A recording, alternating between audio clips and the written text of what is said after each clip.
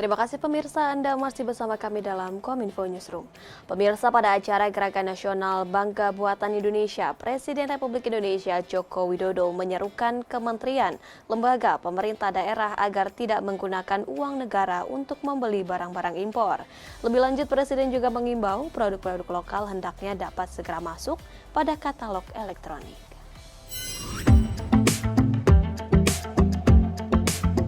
Presiden Republik Indonesia Joko Widodo menekankan pentingnya pertumbuhan ekonomi dengan tidak menggunakan APBN, APBD, dan anggaran BUMN untuk membeli barang impor. Pada acara Gerakan Nasional Bangga Buatan Indonesia, Presiden menyampaikan kegembiraannya atas komitmen pemerintah atas pembelian produk lokal yang mencapai 802 triliun rupiah untuk kementerian lembaga dan pemerintah daerah serta 296 triliun rupiah untuk BUMN.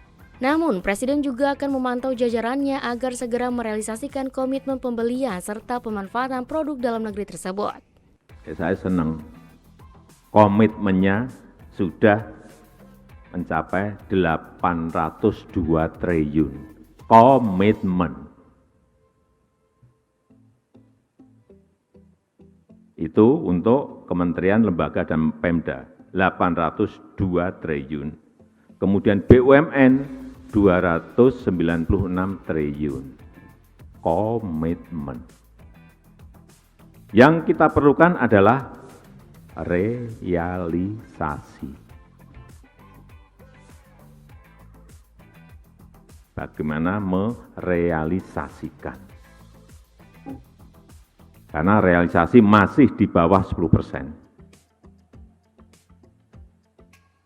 Masih 110,2 triliun. Sekarang kita ikuti bisa, harian bisa. Komitmennya berapa, mana yang sudah realisasi. Komitmennya berapa, mana yang sudah realisasi. Inilah yang namanya aplikasi, platform yang ingin kita bangun. Agar sekali lagi jangan sampai uang rakyat itu dibelikan produk-produk impor. Salah besar kita dalam kondisi sekarang ini mencari income untuk negara sangat sulit, mencari devisa negara sangat sulit.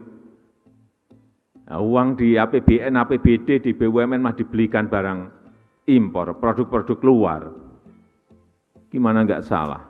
Salah besar sekali.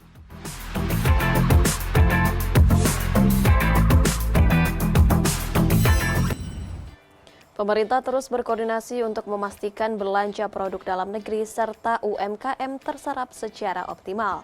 Menko Luhut Binsar Panjaitan menyatakan saat ini pemerintah menargetkan jumlah produk lokal yang tayang di e-katalog bertambah guna memberikan dampak positif terhadap perekonomian.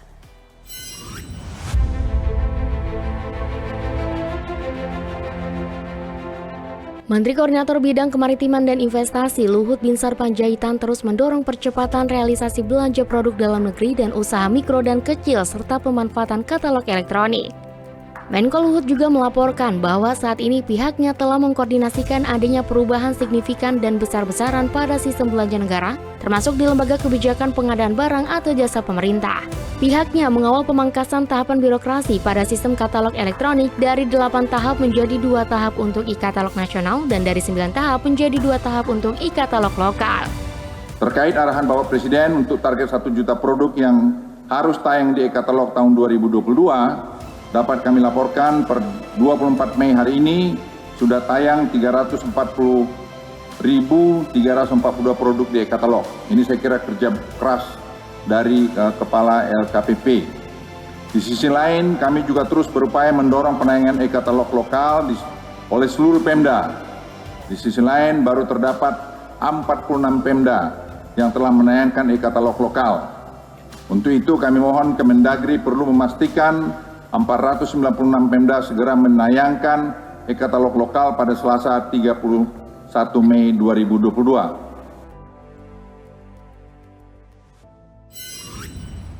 Kita beralih ke informasi lainnya, pemirsa. Presiden Republik Indonesia Joko Widodo menyampaikan apresiasinya kepada seluruh masyarakat dan petugas yang terlibat dalam pelaksanaan mudik lebaran tahun 2022, sehingga dapat berjalan dengan tertib dan sesuai dengan anjuran serta aturan yang telah ditetapkan oleh pemerintah.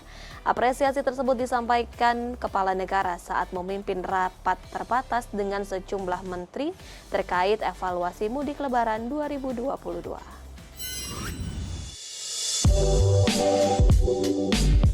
Dalam rapat terbatas evaluasi mudik lebaran tahun 2022 di Istana Merdeka, Jakarta, Presiden Joko Widodo memberikan apresiasi kepada masyarakat dan petugas terkait lancarnya mudik lebaran 2022.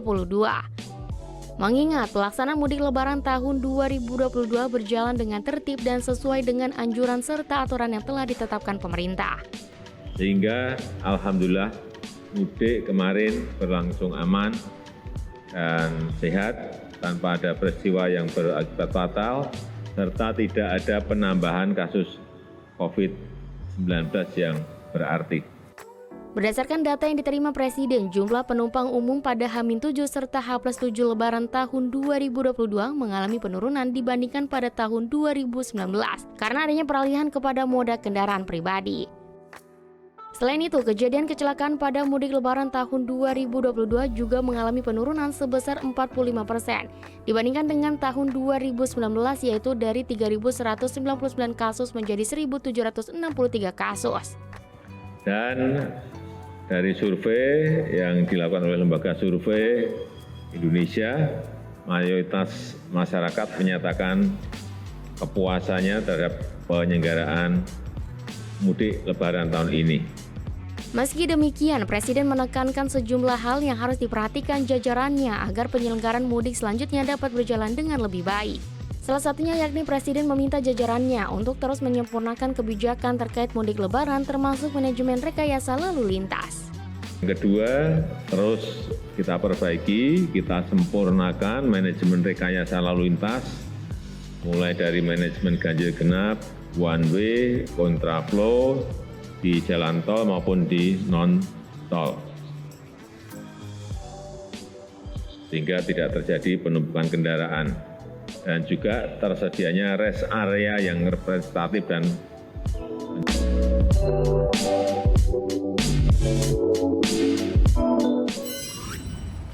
Menteri Perhubungan Budi Karya Sumadi menyebut angka kecelakaan pada arus mudik lebaran 2022 mengalami penurunan hingga 40%. Bahkan tingkat fatalitas akibat kecelakaan pada momentum mudik tahun ini menurun signifikan.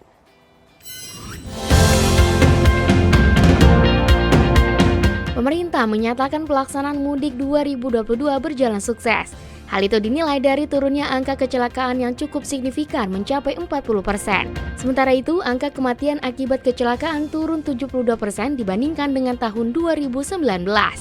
Menteri Perhubungan Budi Karya Sumadi mengatakan angka tersebut didorong oleh menurunnya penggunaan sepeda motor dan angkutan wisata. Angkutan wisata seperti kita ketahui bahwa bus angkutan wisata adalah bus bekas akap yang digunakan secara individual dan itu kadang-kadang tidak terlacak apakah supirnya benar, bisnya benar, itu tidak terlacak. Menhub juga mengucapkan rasa terima kasih kepada masyarakat yang mematuhi aturan mudik yang ditetapkan pemerintah, serta petugas yang ikut berkontribusi pada penyelenggaraan mudik 2022. Utamanya kepada para pengguna sepeda motor yang patuh pada peraturan sehingga angka kecelakaan menjadi menurun. Satu, karena berkurangnya motor, dan terima kasih pada pengguna motor karena memang kita melakukan himbauan. Dan juga kita menghimbau kepada Polda, Dishub untuk melakukan law enforcement terhadap bis-bis wisata. Karena bis wisata itu bahaya. Pemirsa, usai jeda kami akan kembali dengan informasi peran FPRB wujudkan Rumah Resiliensi Indonesia. Sesaat lagi tetaplah bersama kami.